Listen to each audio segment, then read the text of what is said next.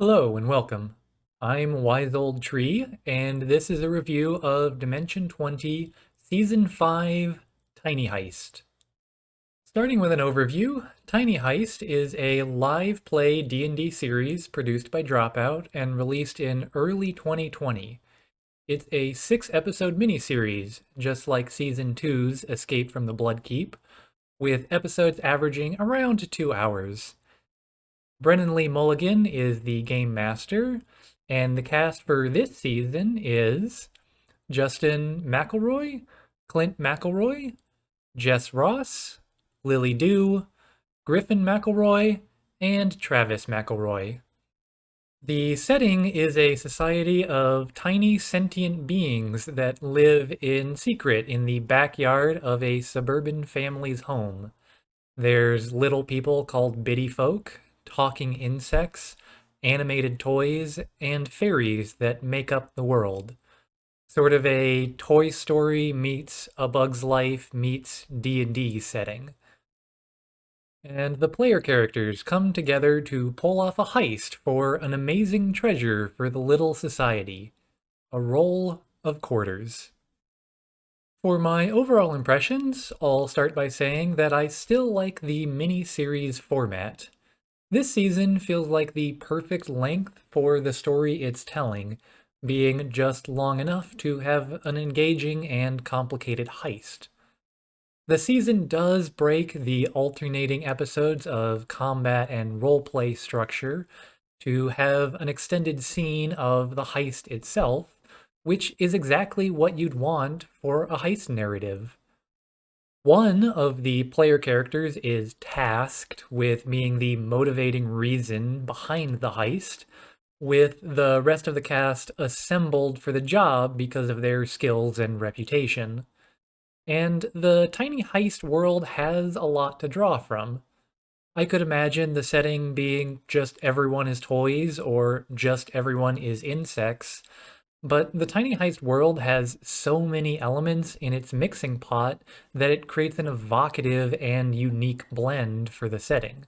The miniature design is once again stellar, and it's very fun to see how the art team took small, everyday objects to incorporate them into the tiny world. Each set is teeming with small details waiting for the audience and the players to discover. The McElroys are the guest players for the season, and they are perhaps most known for their own D&D series, The Adventure Zone. They're all familiar with the system and with one another, and Brennan works really well with them to bring out a great story. Jess Ross and Lily Dew are both newcomers to the game, but still hold their own to provide fun and enjoyable characters to add to the mix. The season still has plenty of comedy, but I don't see it being quite as comedic of a season compared to the seasons prior of Dimension 20. However, that leans well into the tone because too much silliness could potentially undermine the stakes of the heist action thriller that the season is going for. The standout player character for me this season is Rick Diggins, played by Justin McElroy. In heist lingo, Rick Diggins is the face, the charismatic charmer who has a series of disguises to adapt to situations as needed. Rick is an animated toy, a legally distinct Lego knockoff called a Clickoman, who swaps out his body's legs and head to assume his new identities. If that doesn't make sense to you, yes, that's the point.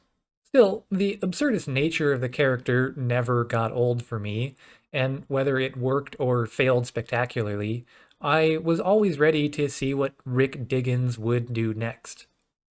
As for a rating, I'm going to give Season 5 of Dimension 20, Tiny Heist, a 4 out of 5. Comparing it to its closest relative, Escape from the Bloodkeep, Tiny Heist has a more interesting world setting and a greater sense of story identity. It's a heist movie, and all the PCs are on board from minute one, and it nails the execution of the twists, turns, and drama of a great heist. However, like heist movies, the characters tend to be more static entities compared with player characters in other series, which have opportunity to evolve and grow. Heist as a genre is also more specific and narrow. If you like heist movies, this is great, but if they're not your thing, you might not get as much out of this season. And while I think the McElroys have great chemistry with one another, Jess and Lily aren't always incorporated as well as they might have been. Still, this season is great fun if you're in the mood for a good heist story. All right, that's all for now. Thank you for watching, and see you next time for Season 6, A Crown of Candy.